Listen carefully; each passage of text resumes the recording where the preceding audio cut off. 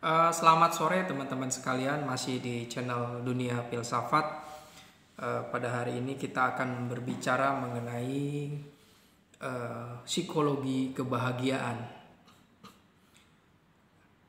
Di video sebelumnya telah dijelaskan mengenai pokok atau pembahasan dari kebahagiaan.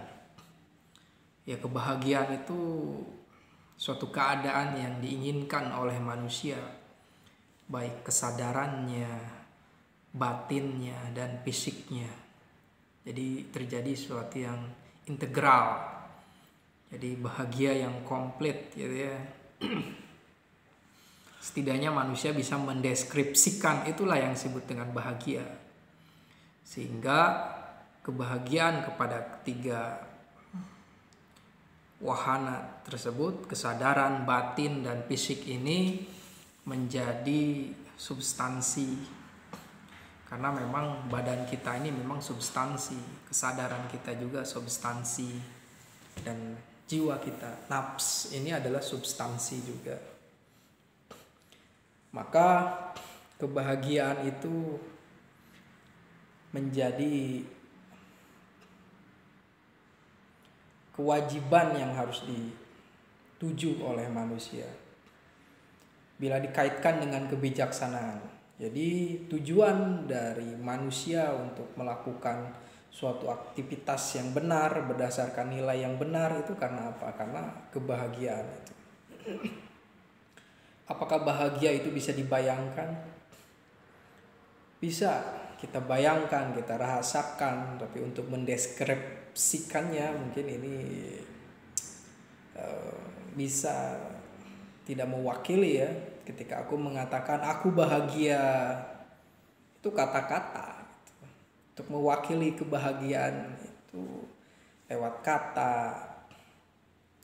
Atau misalnya Einstein menemukan teori relativitas itu, wow, bahagia sekali gitu. Dia menemukan suatu kaitan, suatu formula, rumus yang bisa menjelaskan suatu fragmen, enigma di dalam kehidupan kita.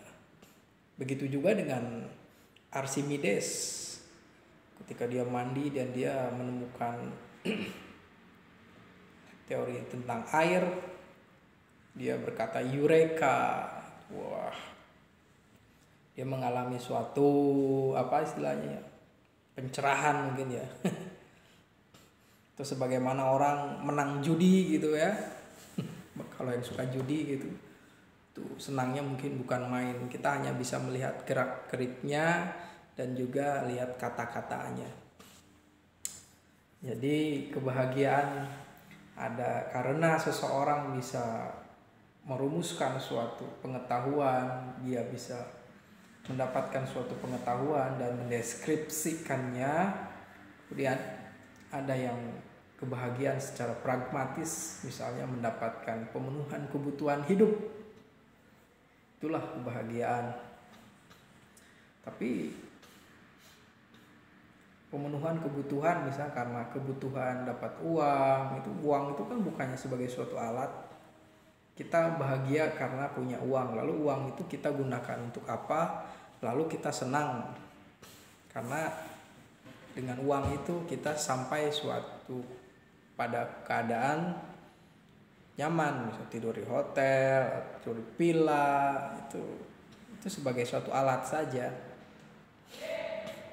Jadi media kesenangan itu bukan sebagai tujuan kesenangan.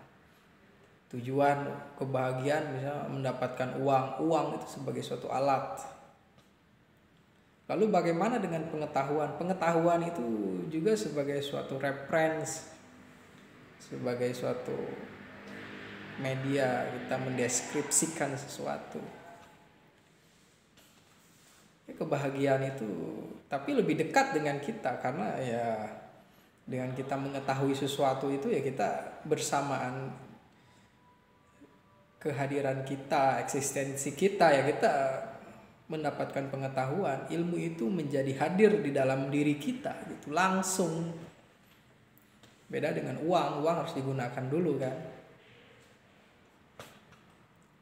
Atau ada kebahagiaan karena kebahagiaanku adalah kebahagiaan orang lain. Jadi ada orang yang ingin melihat bahagia orang lain, ingin mewujudkan suatu ideologi orang lain yang kita setujui gitu. Lalu orang tersebut memenangkan suatu kompetisi misalnya, lalu kita bahagia. Bahagia karena apa? Kebenaran. Kita mendukung seseorang itu karena ada kebenaran. Lalu ketika orang yang kita dukung itu mendapatkan suatu kebahagiaan atau sampai pada tujuannya, kita bahagia. Wah, ini kenapa kita bahagia? Misalnya kita pendukung seorang politisi dan politisi ini berhasil misalnya. Kenapa kita senang gitu? Nah, ini adalah kesenangan yang bersifat pengetahuan juga. Karena kita punya suatu pandangan bahwa orang ini akan bisa memperbaiki kehidupan kita, akan membela orang banyak, dan akan memberikan suatu perubahan kepada masyarakat. Itu kan yang membuat kita senang. Nah, di sini adalah kita berbicara tentang pengetahuan. Bagaimana pengertian pengetahuan atau teori itu adalah berusaha untuk mendeskripsikan, mengontrol, dan memprediksi. Kita senang dengan kita tahu itu bahwa walaupun hanya sebagai suatu probabilitas bahwa orang yang kita dukung ini akan membawa suatu perbaikan kepada hidup kita. Tapi dengan pengetahuan itulah kita merasakan suatu kebahagiaan. Hingga pada momen tertentu kebahagiaan itu turun menurun juga karena ada suatu dialektika mungkin. Karena setiap orang itu pasti akan melakukan kesalahan atau dia harus mengurus suatu kebijakan itu tidak tuntas gitu. Kita akan marah gitu. Itu kan persoalan kita memahami suatu cara berpikir saja. Kecuali kita menemukan bahwa orang yang kita dukung itu melakukan tindakan yang tercela atau korupsi, baru kita tidak bahagia mungkin di sana. Jadi berpengetahuan itu memang membawa suatu kebahagiaan. Satu. Kedua, ini bersifat horizontal. Kebahagiaan yang bersifat horizontal. Sebagaimana Abraham Maslow menjelaskan bahwa ada beberapa hal kebutuhan manusia ini. Ada kebutuhan mengenai fisik, jadi kita harus memenuhi kebutuhan fisik, kebutuhan pertemanan, sosial, pengakuan dari masyarakat, aktualisasi diri, dan juga transendensi. Mungkin itu yang disebut dengan kebutuhan yang harus ada pada manusia.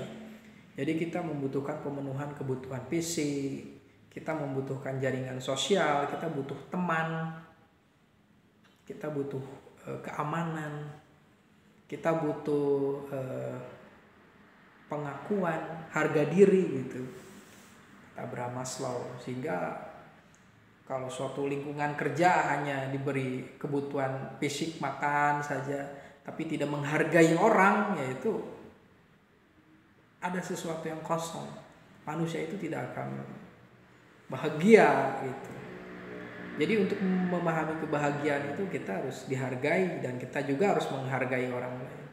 Kita menawarkan pertemanan, saling menjaga, juga aktualisasi diri.